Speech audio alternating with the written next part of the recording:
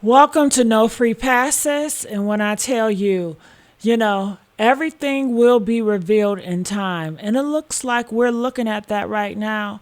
I have been seeing so many reports of people really coming for Carmelo Anthony parents. When I saw this, I was so shocked. I was in disbelief. I was in denial. I did not want to believe the rumors.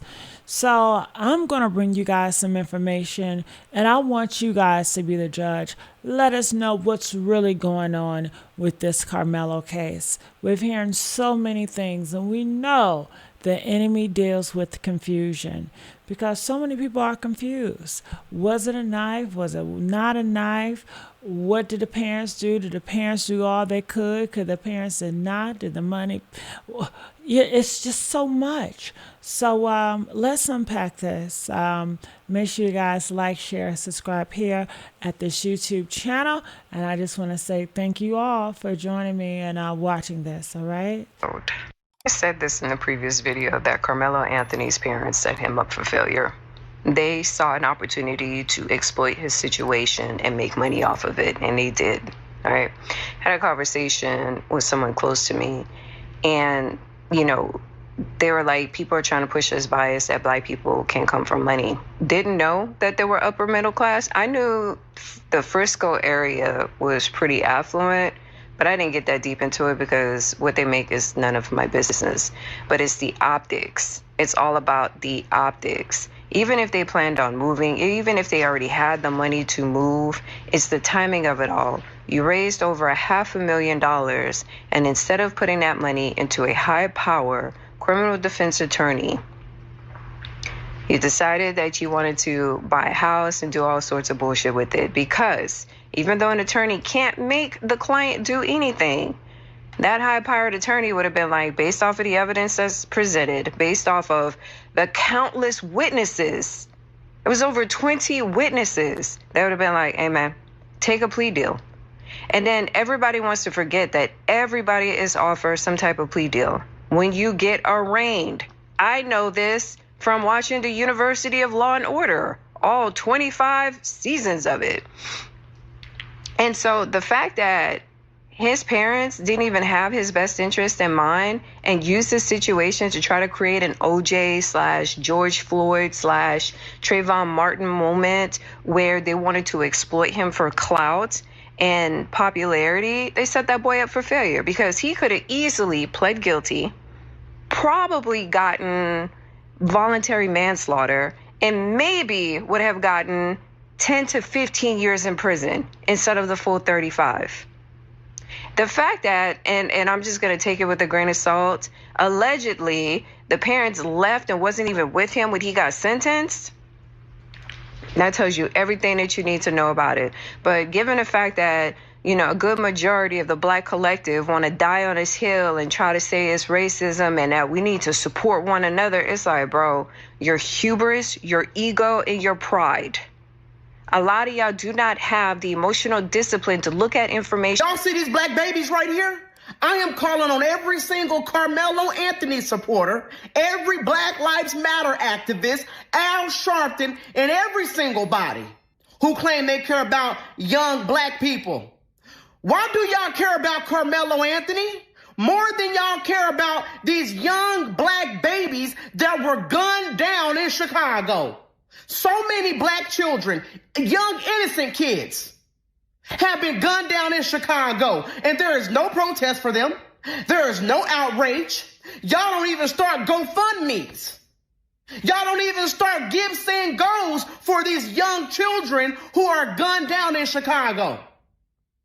But y'all are mad about Carmelo Anthony being sent to prison because he decided to bring a knife to attract meat, because he decided to stab somebody.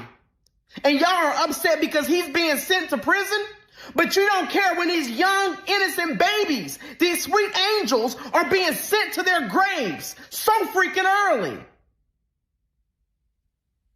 Y'all don't have nothing to say about that, right? Oh, see, I'm not allowed to talk about this, right? Because when I bring up Black on Black crime, oh, we don't want to talk about it.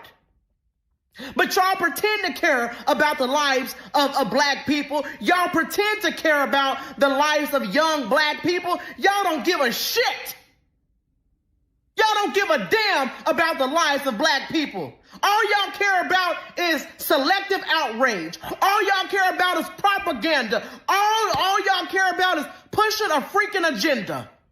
And y'all really only care about black people when they are killed by white people. And y'all only care about black people when they go to jail for killing white people. Y'all are so freaking racist. It is disgusting. I am so sick of this fake ass outrage. I am so sick of y'all pretending like you really care about black people. Because if you cared about black people, you would speak up with all this killing going on in Chicago and all this killing going on in the black community, period. You would speak up and say something, but y'all excuse my language, but they don't say a damn thing. But you love black people. Oh, we love black people so much. Then tell black people to stop killing other black people and tell our young black boys to stop killing people and committing crimes. Karmelo Anthony is a convicted killer. He was in the wrong. Point blank, period. So quit miss me with all this. When am I gonna tell my black son? Tell your black son don't be like Karmelo Anthony. Point blank, period.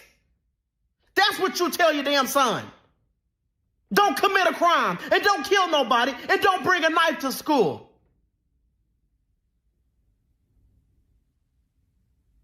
And y'all can keep coming at me. Y'all can keep telling me I ain't really black and I'm whitewashed. Call me what you want. Call me Uncle Tom. I don't give a damn. Okay? I don't care. I don't want to be associated with any freaking community that thinks it's okay for a white kid to get stabbed at school for no damn reason.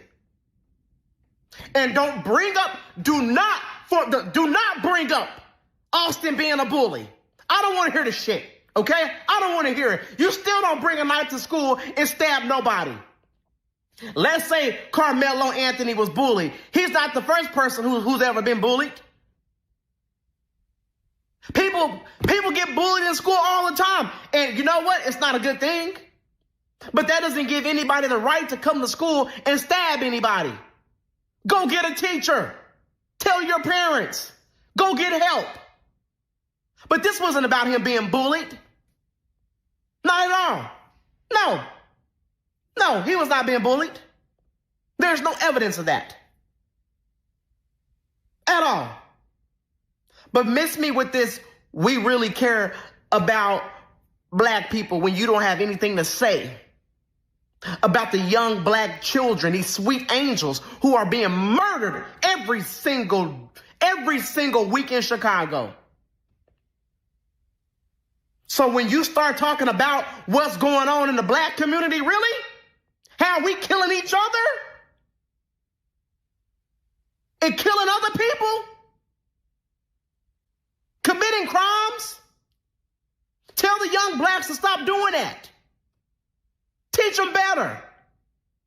But we don't want to talk about that. We don't want to talk about accountability, right? Oh, I'm taking shit too far when I'm talking about accountability, right? Miss me with the BS. I went with the Metcalf family. And I'm gonna tell white people, this is not for y'all. I'm gonna get back to white people in a minute. This is for black people and niggas. When Karmelo and Austin Metcalf situation happened, black people ignored it because at first they thought it was black on black. So black people ignored it. They have no say-so about it. You know how I know? Because I was online for at least 2 or 3 days, almost a week, arguing with black people because I said fuck Lil Ronnie and the baby Chink, the rapper that had got killed with his baby. This happened around the same time. So when the mother put the GoFundMe on me for the rapper Lil Ronnie, I think the Metcalf family or Karmelo and them family had posted one. So I'm telling black people, y'all don't give a what I say about kids. Because y'all really care about kids, y'all will be saying something about the kid they got killed out there at the track meet. Black people ignored that. When black people found out that it was a white kid, that a black kid gets a white kid, they immediately started giving to the GoFundMe. So at the time, I was doing a stream with Aiden Ross, and I was telling Aiden about it. And so Aiden donated $10,000 to the Metcalf family. And shout out to Aiden for doing that. I was under the impression at the time that Karmelo had brought a knife to school. So in my mind, if you bring a knife to school, and I don't give a damn if you're being bullied, I don't give a who you're afraid of at school, you need to tell somebody. I don't give a fuck. You walk by too many adults throughout the day going to school, you should tell somebody. So in my mind, this is first degree premeditated murder by a kid on another kid. This kid should get the max.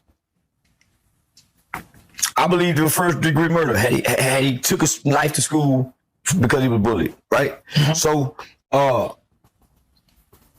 I say a few days later, maybe a week later, I get a call from a friend. It says that the dad wants to book me. The dad wants to pay me $3,000. I think it was $3,000 or $4,000. The dad wants to pay me $3,000, $4,000 to meet with me. Who dad? Carmelo's dad. Okay. Well, I'm a businessman. He could be booking me for a kid. Karmelo Anthony case, I ain't putting no goddamn money toward that boy. His daddy too goddamn weak for me. I don't like a weak nigga. His dad ain't willing to die, kill, or go to jail for nothing. That nigga just wants some bills paid. Karmelo, my heart go out to you if you ever see this video one day. Nigga, I'd rather stand with the Jeff Metcalf nigga than I would with Karmelo's daddy. Nigga is weak, docile, and conservative. I ain't standing with no weak ass black man, nigga. I'm off the case. I'm sending the money back. Go get